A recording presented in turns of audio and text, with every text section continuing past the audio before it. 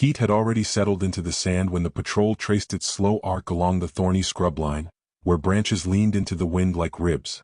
Tracks were faint, softened by last night's drift. Even the insects sounded subdued, as if the day was holding its breath for something.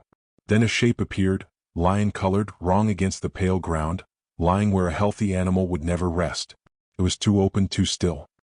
He stopped before his boots disturbed the nearest print. The man had learned to let distance speak first, to read small changes before offering his presence. The lion's flank rose, but barely. Flies worried at the corner of one eye. The ears did not swivel. Only the tail tip moved once, a weak flick more reflex than warning. Between the lion and the scrub, sand had been scraped into a shallow furrow, as if the animal had tried to pull itself backward into cover and failed. The foreleg nearest the thorns lay at an angle that tightened the man's throat. A rusted trap was half buried where the sand had shifted.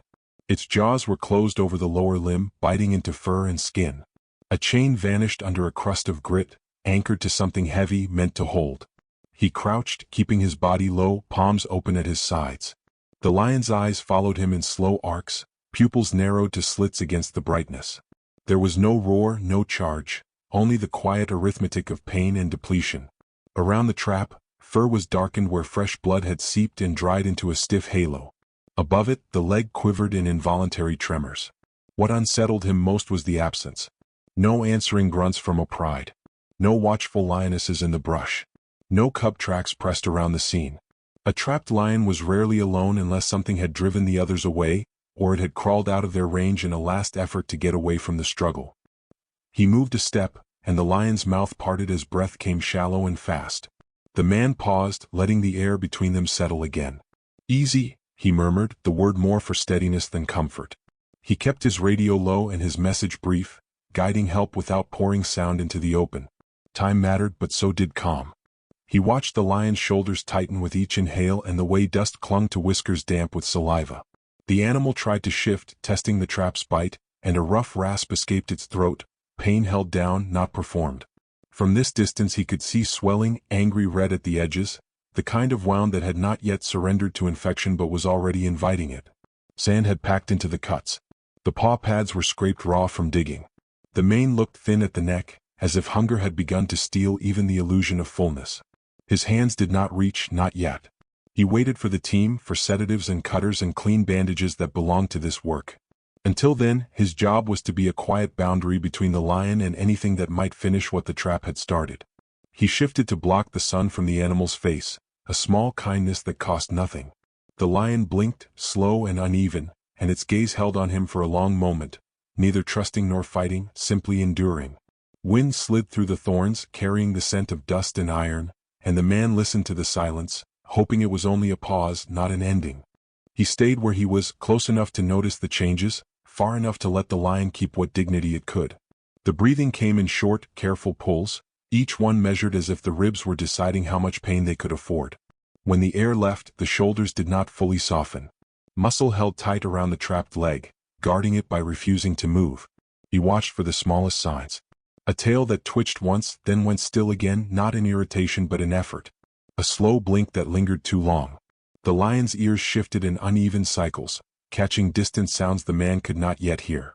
When wind passed through the scrub, thorns clicked together, and the lion's nostrils flared, tasting the air for threats. Every so often, a low rumble gathered in the throat, restrained and broken, more vibration than warning. It carried fear without turning it into noise. The man did not answer with movement. He kept his shoulders soft, hands visible, gaze lowered. Silence here was not empty, it was a tool. He scanned the ground again, reading the shallow grooves carved by pulling. Rust flaked along the trap's jaws. Sand had packed into the cuts, and blood darkened the fur in stiff patches. The chain stayed tight, vanishing beneath the surface toward its anchor. The paw curled and released, a reflex searching for relief that did not exist. When the sound of an engine finally reached them, it arrived as a distant hum, softened by heat. The lion's head lifted a fraction, then settled, too heavy to hold. Its eyes widened briefly, showing more white than before. The tail flicked twice and the rumble returned, lower, nearly swallowed. The man raised one hand and kept it steady, a quiet signal of presence. "Easy," he murmured, barely above the wind. The word did not promise safety. It only offered rhythm. The vehicle stopped well back as it should. Doors did not slam. No one called out. Help arrived with the carefulness of people entering a fragile room. A veterinarian carried a kit pressed close to the chest. A ranger held a blanket and rope, both meant for control without harm. The man shared the essentials in low tones: fresh injury, lone animal, trap anchored, then stepped aside without breaking the boundary around the lion today. The veterinarian knelt and watched the chest rise and fall, reading the tension in the jaw and the half-lidded stare that meant exhaustion was close to collapse. The dart gun stayed low until everyone agreed on distance and angle. When it finally rose, it did so without urgency, as if patience could prevent a mistake. The dart struck with a small, contained sound. The lion jolted on instinct and tried to pull back. The chain held. Pain tightened the body into a single hard line, then loosened again as breath faltered. No one moved forward to punish the struggle. They simply waited, letting the medication do its quiet work. Minutes passed slowly. The blinks lengthened. The head sank into the sand, mane spreading like dry grass around the neck. The tail stopped moving. Breathing steadied, deeper now, the animal heavier against the earth. Only then did hands move in. Gloves slid on. Cutters were readied. One ranger brushed sand away from the hinge with gentle strokes, careful not to jolt the leg. Metal creaked faintly as it was tested. The team did not rush the opening. They prepared it the way they prepared the animal, calmly, quietly, with respect for how much pain had already been carried. The first sound was metal giving up its grip, a dull, reluctant snap as the jaws eased open millimeter by millimeter. For a moment nothing changed. The lion's body stayed heavy in the sand, breathing slow under the sedative, but the trapped leg remained rigid as if it still expected pain. Then the tension released all at once, and the limb fell into the shallow groove it had carved, leaving behind a crescent of crushed fur and raw skin. The wound beneath the rusted teeth was worse than the surface had suggested. Flesh was torn where the edge had bitten deep, and swelling had pushed the skin outward until it looked stretched and fragile. A thin line of blood appeared as the pressure lifted, dark at first, then brightening where it met the air. Sand clung to everything, stuck to wetness, lodged in the folds, pressed into the places that would take the longest to heal. The veterinarian did not flinch. Hands moved with a practiced gentleness, as if every touch was being measured against the animal's remaining strength. A ranger steadied the leg from above the joint, careful to avoid the damaged area, keeping the limb aligned so the muscles would not spasm. Another brushed away loose grit with gauze, not scrubbing, not forcing, just lifting the smallest grains so they would not be carried deeper. Even sedated, the lion remained present. The eyes were half open, glassy with medication, but the gaze still tracked movement in slow, deliberate arcs. When a shadow crossed his face, his ear twitched once. When someone shifted their weight too close, the chest tightened briefly, a deeper inhale, then a controlled exhale. He did not try to rise. He did not thrash. He held still in the only way he could, enduring with quiet restraint. The man who had found him kept his position near the head, not looming, just there, one calm body in the lion's line of sight. He watched the muzzle for changes, the whiskers for tremors, the slight opening of the mouth that meant pain was cutting through the sedative. "It's okay," he said softly, and then he said nothing more. Antiseptic was poured in slow streams, cool against the heat-baked skin. The liquid carried sand away in muddy rivulets, revealing the true shape of the injury: jagged edges, bruised tissue, a deep groove where metal had pressed for hours. The smell of iron and medication mixed with the dry scent of thorn dust. Flies gathered, then were waved off with a gloved hand that never touched the lion's face. A syringe followed, delivering antibiotics and pain relief with minimal disturbance. Bandage material was prepared nearby, cut to length, rolled and ready so there would be no searching, no wasted movement. Time mattered now in a different way, not in panic but in precision. Every second the wound stayed open to heat and grit was another risk the team refused to take. When they wrapped the leg, they wrapped it firm enough to protect, loose enough to allow swelling. Fingers checked circulation at the paw, felt for warmth, watched the pads for color. The lion's breathing remained steady, a slow rise and fall that matched the careful pace of the hands working over him. Around them, the scrub line stood quiet. They worked as if the land itself was listening, and the lion deserved every breath. Wind pushed through thorns and carried the faint rattle of dry leaves. No pride appeared from the distance. No answering call drifted back. Only the steady, respectful hush of people doing what they could, touching as little as possible, healing as much as they dared, and letting the lion remain what he was: wild, injured, and still holding on. When the last wrap was secured and the tools were gathered away, the team pulled back with the same care they had arrived. Hands retreated slowly. Footsteps softened. Even the vehicle stayed silent in the background, held at a respectful distance as if noise alone could bruise what was left of the moment. The veterinarian watched the lion's chest and counted the rhythm. The sedative had been measured to keep pain low without stealing too much strength. Now the body began to return to itself in small signs, an ear flicking toward a sound, a deeper inhale, a subtle tightening of the shoulders beneath the mane. The lion's eyes cleared by degrees, no sudden awakening, only a slow return to awareness. His head lifted first, heavy and hesitant. Sand slid from his whiskers. The nose worked the air once, then again, drawing in the scent of humans and medicine and rust, learning the new shape of what had happened. For a few seconds he stayed like that, head raised, breathing through the effort as if deciding whether standing was worth the cost. Then the foreleg moved. It was not the smooth motion of a healthy animal. The bandaged limb came forward with visible caution, placed down with the edge of the paw first, testing the ground. A tremor passed through the shoulder. The muscles behind the ribs tightened. The lion pushed up in stages, front half lifting, then the rear hind legs straightening with a shaky strength that looked borrowed rather than owned. He stood. The man closest to him did not step back in alarm. He didn't step forward either.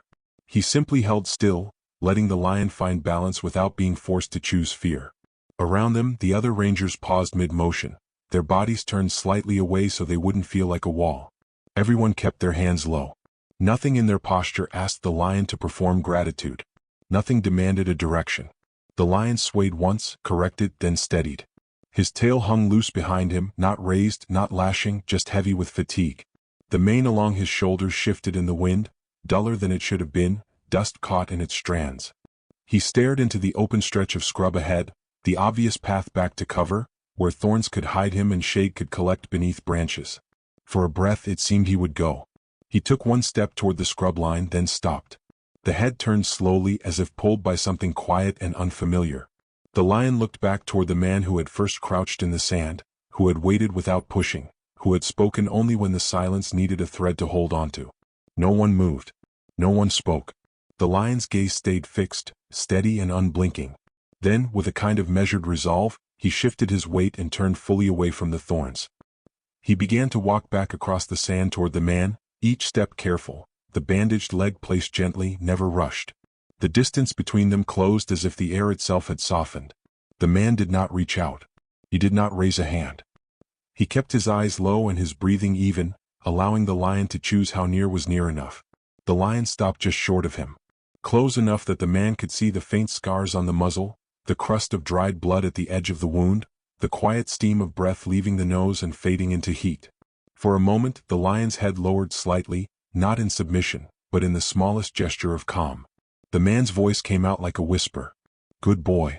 And then the lion turned away, slowly, steadily, and walked back toward the scrub line, carrying his pain with him and something else too, the thin, impossible weight of trust that had briefly made the world hold its breath. The lion did not vanish all at once. He moved into the scrub line with the slow care of an animal still measuring pain, brushing past thorn branches that reached for his mane. The bandaged leg held, wrapped in clean white against the dusted gold of his body.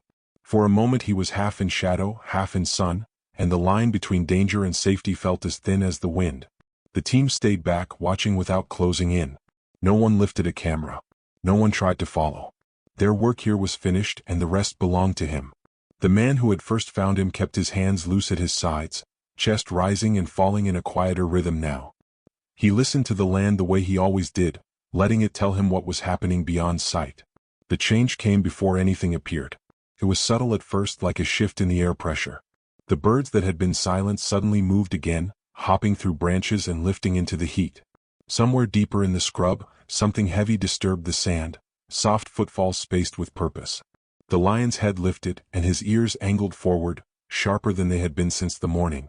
The posture of his shoulders changed too, no longer holding itself closed around injury, but widening in a way that suggested recognition. Then the pride revealed itself in fragments. A pale lioness stepped into view first, not rushing, just emerging with the steady confidence of an animal returning to what it knows. Behind her came another shape, then another, moving in quiet formation through the thorns.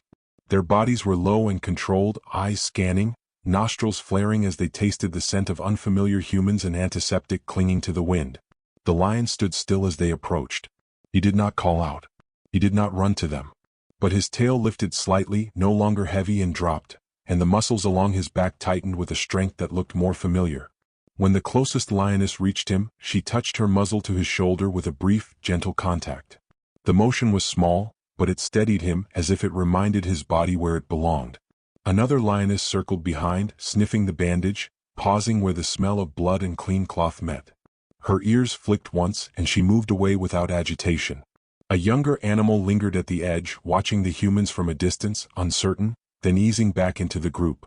No one challenged. No one panicked. The pride simply reassembled around their injured male, anchoring him again to the world that had been missing. The humans took that as their sign. They stepped back slowly, creating more space with each quiet pace, careful not to turn their backs too quickly, careful not to carry sudden movement into a moment that didn't belong to them. The man kept his gaze low, the way respect was shown here, and let the lion have his pride without any final claim. As the vehicle rolled away, the scrub line swallowed the shapes one by one. The last thing visible was the lion's mane catching the light between thorns, then disappearing into shadow. Wind moved through the grass in soft waves, and somewhere far beyond, the land continued, vast and indifferent, yet holding for a brief moment longer, the memory of what the lion had chosen to give.